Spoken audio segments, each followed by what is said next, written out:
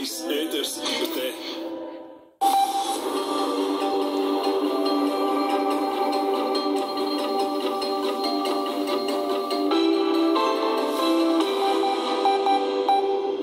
Labvakar laika ziņās.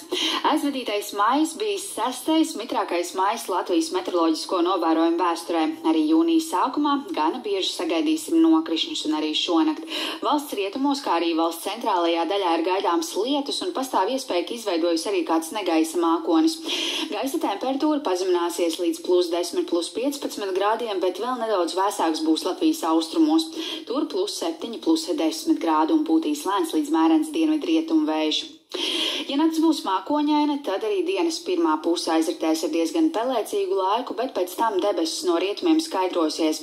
Rītdienā lietus gaidāms daudz, ja turklāt vietām veidosies negaisa mākoņi, kas sev līdzi nes arī stiprākas lietus gāzes. Rīt gaiss iesils līdz +14, +19 grādiem. Rīgā no rīta un dienas pirmajā pusē arī ik pa laikam ir gaidāms lietus, tāpat pastāv arī negaisa risks. Naktī gaiss sadzesīs līdz +13, +15 grādiem, bet rītdienā maksimālā gaisa temperatūra +18 grādiem. Turpmākajās 2 dienās nokrišņi jau būs arvien mazāk, laiks vēl aizvien saglabāsies silts un naktas stundās nebūs vēsāks par +5 grādiem, bet diennakts gaišajā laikā otrdien +14, +20 grādi, savukārt trešdien valsts lielākajā daļā +18, +24 grādi. Šobrīd laika ziņās tas viss, palieciet kopā ar Latvijas televīziju.